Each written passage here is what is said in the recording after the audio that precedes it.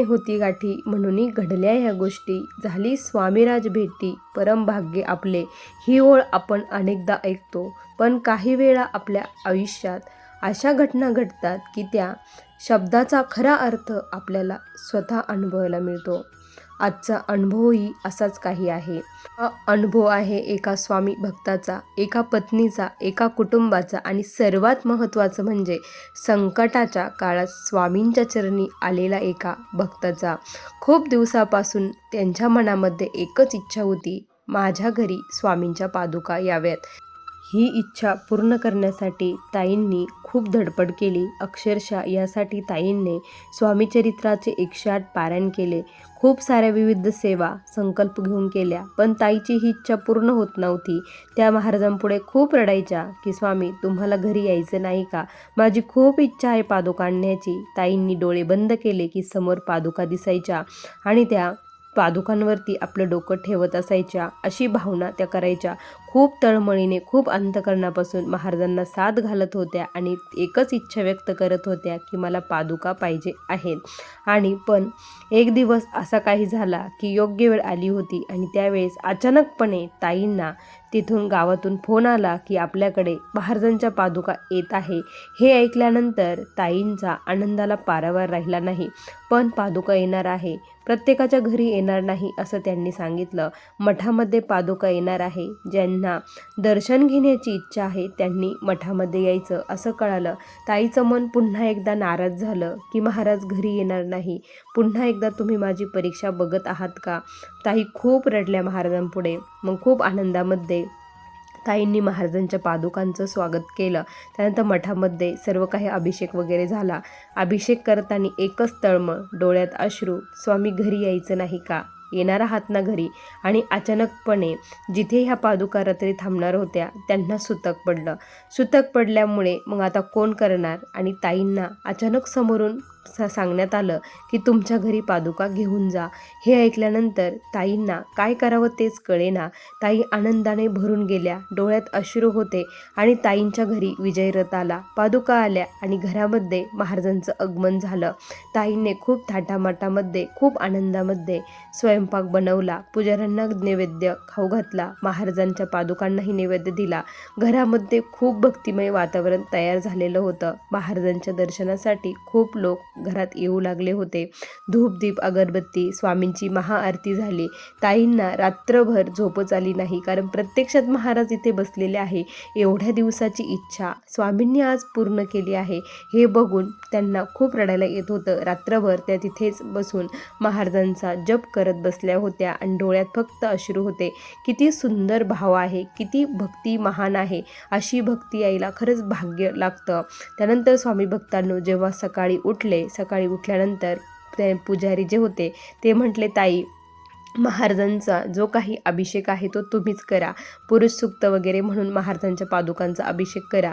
हे ऐकल्यानंतर ताईंच्या अंगावरती शहारे उभे राहिले. महाराज तुम्ही किती दयाळू आहात, प्रत्येक भक्ताची हाक ऐकणारी तुम्ही आई आहात, असं म्हणून ताईंनी महाराजांच्या पादुकांवरती रडत रडत अभिषेक केला. थरथर काप होत होता, कारण ब्रह्मांड नायक होते ते. ब्रह्मांड नायकाच्या त्या पादुका म्हणजे साक्षात ब्रह्मांड नायक तिथे अवतरलेले होते.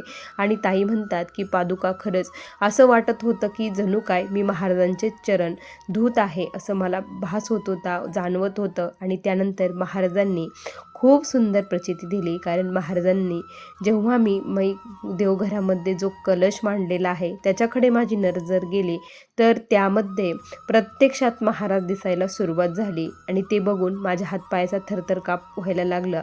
महाराज सांगत होते, हे बघ किती दिवसाची तू मला बोलवत होती, हे बघ मी आलो. जणू काय त्याच्यातून महाराज मला असं सांगत होते.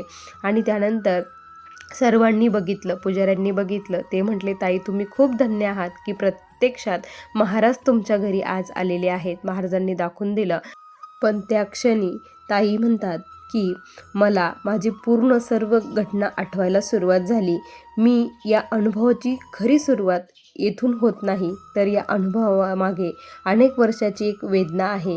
एक असं संकट आहे की त्याने या कुटुंबाच्या आयुष्याची दिशा बदलून टाकली. या ताईंचं जे काही अस्तित्व होतं ते पूर्ण बदलून टाकलं. महाराजांशी त्यांना जोडलं गेलं.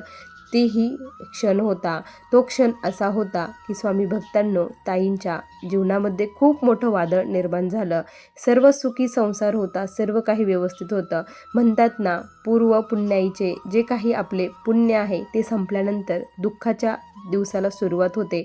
असंच काही त्यांच्या बाबतीत देखील घडलेलं होतं. त्यांचे जे मिस्टर आहे त्यांना अचानकपणे घशाचा प्रचंड त्रास होऊ लागला.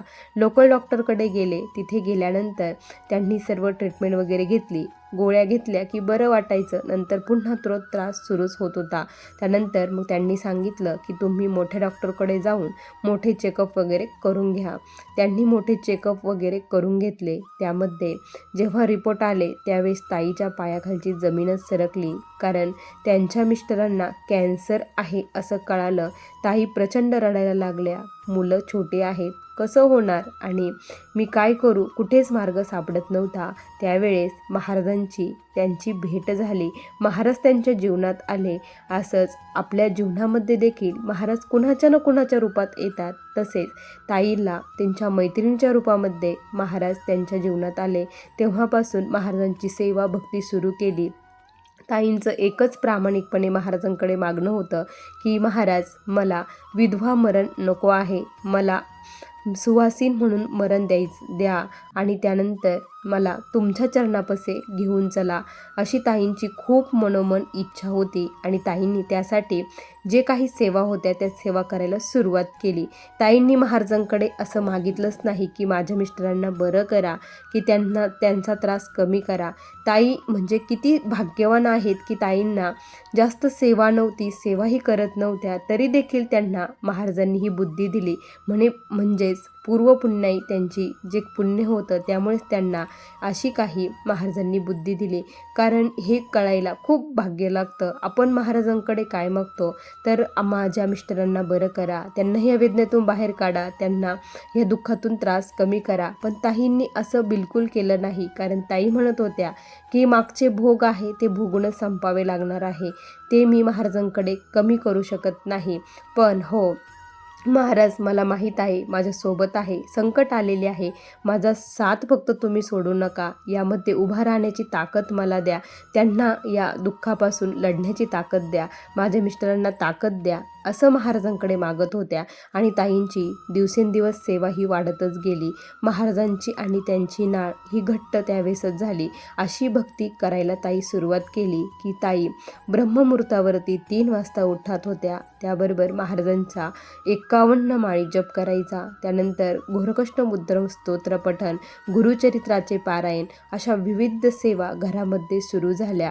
आणि त्याचमध्ये ताईंना एक दिवस असं स्वप्न पडलं की प्रत्यक्षात महाराज त्यांच्या घरी आले. पण महाराज असे कुठल्याच रूपात आले नाही, तर महाराज त्यांच्या घरामध्ये पादुकांच्या रूपामध्ये आले, असं ताईंना स्वप्न पडलं. त्या दिवसापासून ताईंची इच्छा झाली की महाराजांच्या पादुका कधी घरी येतील. तेव्हा ताईंना कळणार होतं की प्रत्यक्षात महाराज घरी आले त्यावेळेस सर्व काही व्यवस्थित होणार होतं. त्यामुळे त्या दिवसापासून ताईंचा एकच हट्ट होता की महाराजांच्या पादुका घरी आणायच्या. कुठून येतील, कशा येतील, काय येतील, ते ताईंना खूप प्रश्न पडत होते. ताईंच्या मिस्टरांची ट्रीटमेंट ही सुरू होती. ट्रीटमेंटमध्ये त्यांना बरं वाटत होतं आणि विशेष म्हणजे स्वामी कृपेने त्या आजाराशी लढण्याची ताकद महाराज त्यांना देत होते. त्यांचा त्रास हळूहळू कमी होत होता. वेदना कमी होत नव्हत्या, पण जी लढण्याची ताकद होती ती मात्र कमी होत होती. आणि त्यानंतर ताईंची सेवा दिवसेंदिवस वाढतच गेली होती. आणि ताई एकदम दिवसभर महाराजांच्या नामस्मरणामध्ये मग्न राहत होत्या. त्या दिवसाचीच वाट बघत होत्या की त्या ज्या दिवशी महाराजांचं घरामध्ये आगमन होईल ते कधी होईल याचीच तळमळ ताईंना लागून राहिलेली होती. ताईंचे मिस्टर एकदम व्यवस्थित होत होते. त्यानंतर ताईंच्या मिस्टरांचे केमो जे होते ते पूर्णपणे संपले होते. केमो संपल्यानंतर आता त्यांना थोडंसं बरं वाटत होतं, त्रास फार कमी झालेला होता. पण ताई आणि त्यांचे मिस्टर दोघेही आता महाराजांची सेवा करू लागलेले होते. कारण ताईंची भक्ती बघून त्यांना देखील महाराजांनी त्यांच्या सेवेमध्ये घेतलं. ते देखील लिखित नामस्मरणाची सेवा करायला सुरुवात केली. मनामध्ये नामस्मरण तेही करू लागले.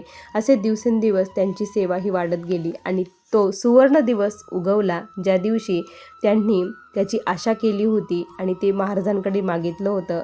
खरंच अंतःकरणापासून एखादी गोष्ट स्वामींकडे मागितली तर ती गोष्ट महाराज देतातच. आणि स्वामींच्या पादुका घरी आल्या आणि स्वामींनी जे स्वप्नात दाखवलं होतं ते प्रत्यक्षात उतरवलं की महाराजांनी त्यांची प्रतिकृती प्रत्यक्षात महाराज त्यांना कलशामध्ये दिसले आणि महाराजांनी सांगितलं की मी आलो आहे, आता कसलीच काळजी करू नको. आणि विशेष म्हणजे ताईंचे मिस्टर आज देखील एकदम व्यवस्थित आहेत आणि ताईही व्यवस्थित आहे. ताई म्हणतात की मला पूर्ण विश्वास आहे की माझे स्वामी मला जी माझी इच्छा आहे की मला विधवा होऊन मरण नको आहे ती इच्छा माझी पूर्ण करणार आहे. मला स्वामी तसेच नेणार आणि त्यांच्याच चरणामध्ये मला विलीन करणार आहे, हा देखील माझा विश्वास आहे.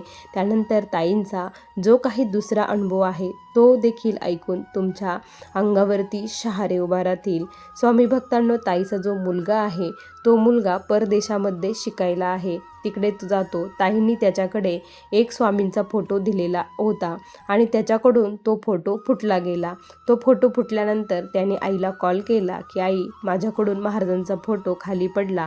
हे ऐकल्यानंतर ताईंना खूप रडायला यायला लागलं की महाराज तुम्ही त्याच्यासोबत राहा, मला काहीतरी प्रचिती द्या की तुम्ही त्याच्यासोबत आहात. फोटो फुटला, हा अपशकुन आहे, मी काय करू, काही वाईट तर घडणार नाही ना, असे विविध विचार त्यांच्या मनामध्ये यायला सुरुवात झाली.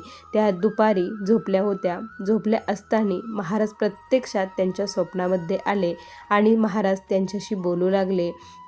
महाराज म्हणत होते, आमच्यावरती एक श्रद्धाही ठेवते, विश्वासही ठेवते आणि वरून आम्हाला प्रश्नही विचारते.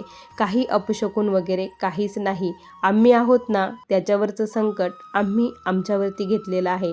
आणि त्यानंतर असं स्वप्न पडल्यानंतर रात्री मुलाचा कॉल आला. कॉल आल्यानंतर तो म्हटला की आई, आज रस्त्यावरती खूप भयानक घटना घडली. कारण मी बाईकवर चाललेलो होतो, पुढे एका व्यक्तीने एक गाडी ठोकली आणि तो व्यक्ती निघून गेला आणि मला मागे जे लोक होते त्यांना वाटलं की मीच ती गाडी ठोकली. सर्वांनी मला पकडण्याचा प्रयत्न केला आणि मला मारणार. तेवढ्यात एक व्यक्ती तिथे आली आणि ते व्यक्ती म्हटले की याची चूक नाही, ती गाडी दुसऱ्यांनी ठोकली आहे, तो व्यक्ती ज्याने ठोकली तो निघून गेला आहे असं म्हटलं आणि त्यानंतर मला तिथून सोडून दिलं. त्यावेळेस मला त्या स्वप्नाचा अर्थ कळाला की महाराजांची जी काही प्रेम होती ती फुटली, पण महाराजांनी माझ्या मुलावरचं संकट त्यांच्यावरती घेतलं होतं. कारण माझ्या मुलाला त्या दिवशी मारहाण होणार होते, त्याचे हातपाय तुटणार होते, पण महाराजांनी प्रत्यक्षात येऊन त्याला वाचवलं. आणि त्यानंतर मला काय करावं तेच कळत नव्हतं. माझ्या मुलाला मी म्हटलं की महाराजांनी तुला वाचवलं, महाराजांची सेवा सोडू नको, महाराजांची जी काही प्रेम तुटली आहे ती व्यवस्थित नीट करून घेऊ नये, महाराजांना मलम वगैरे लाव, असं ताईंनी त्याला सांगितलं. त्यानंतर त्यानेही प्रेम व्यवस्थित करून आणली आणि आज तो देखील महाराजांच्या सेवेमध्ये आहे. स्वामी भक्तांनो, अनुभवातून प्रत्येकाला काही ना काही आपल्याला शिकायलाच मिळतं. आजच्या अनुभवातून प्रत्येकाने आपल्या भक्तीनुसार एक संदेश नक्की घ्यायचा आहे. मनापासून केलेली भक्ती कधीही वाया जात नाही. कधी उत्तर लगेच मिळते तर कधी उशिरा मिळते आणि कधी आपल्याला अपेक्षेपेक्षा वेगळ्या रूपामध्ये आपलं उत्तर मिळतं. पण भक्ताची तळमळ, त्यांची प्रार्थना आणि त्यांचा विश्वास, त्याच्यासाठी खूप मोठा आधार म्हणजे आपले स्वामी आहेत. तुम्ही स्वामींवरती विश्वास ठेवा, श्रद्धा ठेवा, भाव ठेवा आणि मनापासून महाराजांचे नामस्मरण करा, सेवा करा. तुमच्या देखील महाराज इच्छा लवकर पूर्ण करतील आणि तुमच्यावरचे आलेले संकट महाराज लवकर बरे करतील. स्वामी भक्तांनो, असा मला आलेला हा स्वामींचा दिव्य अनुभव होता. श्री स्वामी समर्थ. बघा स्वामी भक्तांनो, किती सुंदर अनुभव आहे या ताईंचा. तुम्हाला हा अनुभव कसा वाटला नक्की कमेंटमध्ये कळवा. तुम्हाला देखील असेच अनुभव असतील तर आपल्या व्हॉट्सअप ग्रुपला जॉईन होऊन तुमचा अनुभव तुम्ही मला शेअर करू शकता. त्याची लिंक डिस्क्रिप्शन बॉक्समध्ये दिलेली आहे. चला तर मग पुन्हा भेटूया अशाच सुंदर अनुभवासोबत. तोपर्यंत सर्व स्वामी भक्तांना श्री स्वामी समर्थ. जय जय स्वामी समर्थ. श्री गुरुदेव दत्त.